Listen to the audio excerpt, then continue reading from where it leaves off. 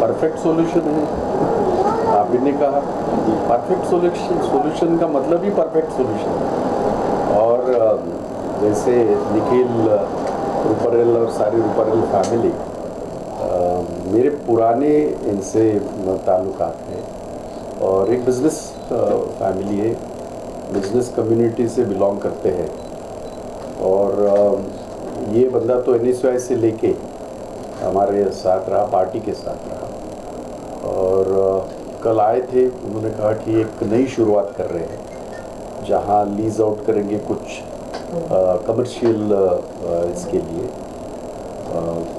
कुछ अपने अपने जो कारोबार संभालने वाले आधी ऑफिस उनको दे देंगे, आधी ऑफिस में वो खुद बैठने वाले हैं। और वो तो कह रहे हैं कि कांग्रेस की ऑफिस करते हैं करके। तो मैंने कहा इस परिवार का ये ऑफिस है, कांग्रेस का ये ऑफिस है, हो सकता है कि मैं भी कभी आ जाऊँ। तो ये बड़ी खुशी की बात है। और the way they have decorated, the way they have done up the whole thing, I must congratulate them, all of them.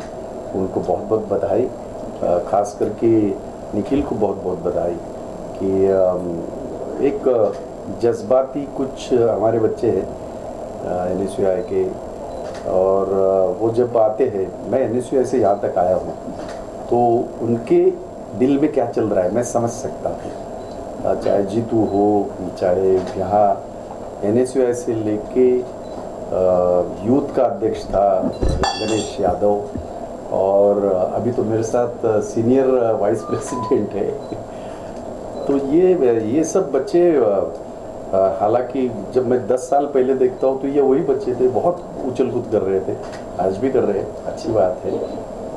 तो बड़ा अच्छा लगता है कि इन दिनों हम मुंबई कांग्रेस का मैं अध्यक्ष होने के बाद जो मैं बैलेंस रखने की कोशिश कर रहा हूँ, तो they will not have any complaint in this committee for sure.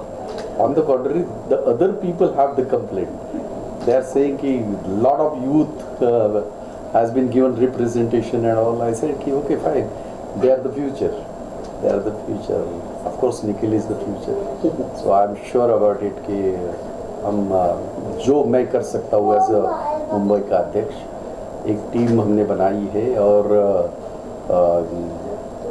कोशिश कर रहे हैं कि एक नए सिरे से पार्टी को दोबारा मुंबई में खड़ा करें। जो पहले से है, हमारे खड़े करने से नहीं होता। ठीक है, 19-20 चलता है, धूप छाव तो चलती है, पर धूप छाव का मतलब ये नहीं होता हकीकत दूर नहीं जाती। इसके पहले भी मुंबई कांग्रेस को बैरिस्टर रजनी पटेल जी ने वो अध्यक्ष रहे, मुरली भाई देवराज जैसे स्ट्रॉन्गवर्ड्स रहे, हमारे कामत साहब, गुरदास कामत साहब जैसे स्टॉलवर्ड जो कि हिमालय की तरफ ऊंचाई में थे, उनका नेतृत्व रहा।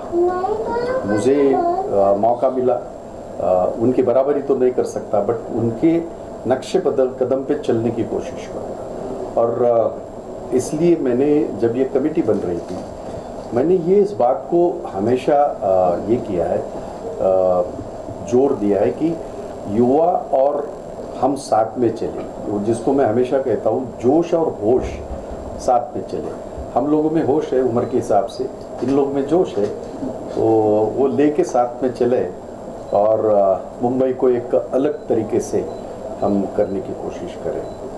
सर, निखिल की बात करो, निखिल जी ने मैंने देखा कोरोना काल लॉकडाउन के दौरान भी काफ़ी समाज सेवा काम किया, काफ़ी कुछ किया, सैनिटाइज से लेके राशन से लेके काफ़ी बांटा भी है।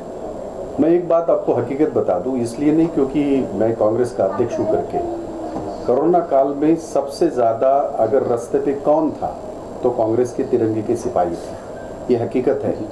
चाहे फिर निखिल ने जो काम किया है, यहाँ गणेश ने जो काम किया है, पप्पू ठाकुर ने काम किया है, जीतू ने काम किया है, हमने खुद ने पहले दिन का जो 21 दिन का जो लॉकडाउन रहा, 22 मार्च को जो देश के प्रधानमंत्री हमेशा की तरह जैसे जादू करते वैसे आ गए और मुझे 21 दिन दो, फिर बाद में फिर घंटा और थाली बाली सब हो गया, कुछ नहीं हुआ।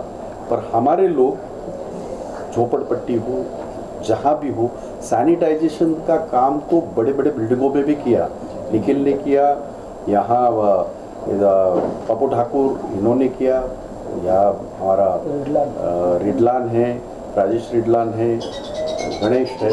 हमने तो स्पेशली उसके लिए पंप खरीदे थे, आज भी है, और आज भी हम सैनिटाइज करते हैं जहाँ भी हमें बुलाते हैं। तो उस दौरान कांग्रेस का तिरंगे का सिपाही इंक्लूडिंग भाई जगताप, हम सारे फील्ड पे थे, चाहे फिर लोगों को रेशनिंग का मामला हो, चाहे वो सैनिटाइजेशन का मामला हो, चाहे ये जो तिहाड़ी मजदूर रहे।